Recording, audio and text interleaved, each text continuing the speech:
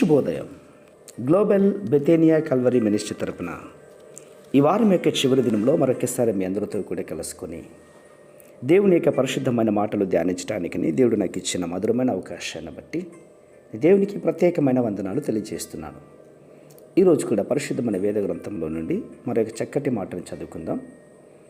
1 తిమోతికి రాసిన పత్రిక 2వ అధ్యాయము 4వ వచనాన్ని నేను చదువుతున్నాను. దయచేసి గమనించండి. 1 తిమోతికి రాసిన పత్రిక 2వ అధ్యాయము 4వ వచనము. ఆయన మనుషులందరూ రక్షణ పొంది సత్యమును గూర్చిన అనుభవ జ్ఞానము గలవారై ఉండవలనని ఇచ్చించుచున్నాను. దేవునికి స్తోత్రం కలుగునుగాక. ఈ వాక్యం గురించి కొంచెం తెలుసుకుందాం. దీన్ని చదువుతున్నప్పుడు మీరు రక్షణ పొందవలసిన ఉంది, ఇది దైవ చిత్తము అని గ్రహించుకోవాలి.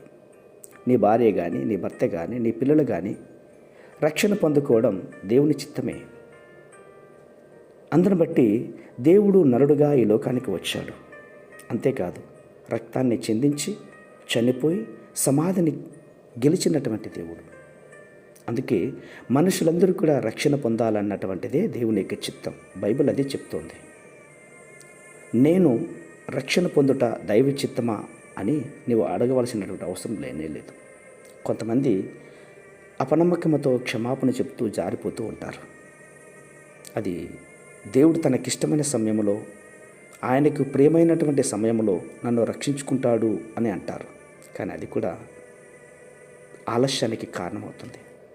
దేవుని వాక్యం ఏమంటుందంటే, నేడే రక్షణ దినము, ఇప్పుడే మిక్కిల అనుకూలమైన సమయము అని చట తేటగా క్లుప్తంగా మాట్లాడుతుంది.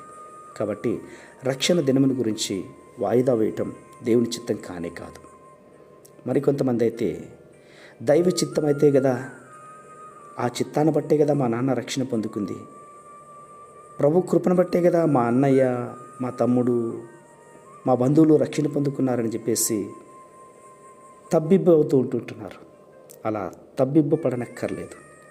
రక్షణ దినము దేవుడు సూటిగా నీతో మాట్లాడేశాడు. ఆలస్యం చేయొద్దు. అలా తెలుసుకోవాలనుకుంటే ఈ క్షణంలో సిద్ధపడు. రేపటి దేవుని మందిరానికి వెళ్ళి దైవ వాక్యం చేత దేవుడు నీతో సూటిగా మాట్లాడతాడు. రక్షణ పొందుకొని ప్రభువును వెంబడించు. ఆత్మీయ జీవితంలో బలపడతాం.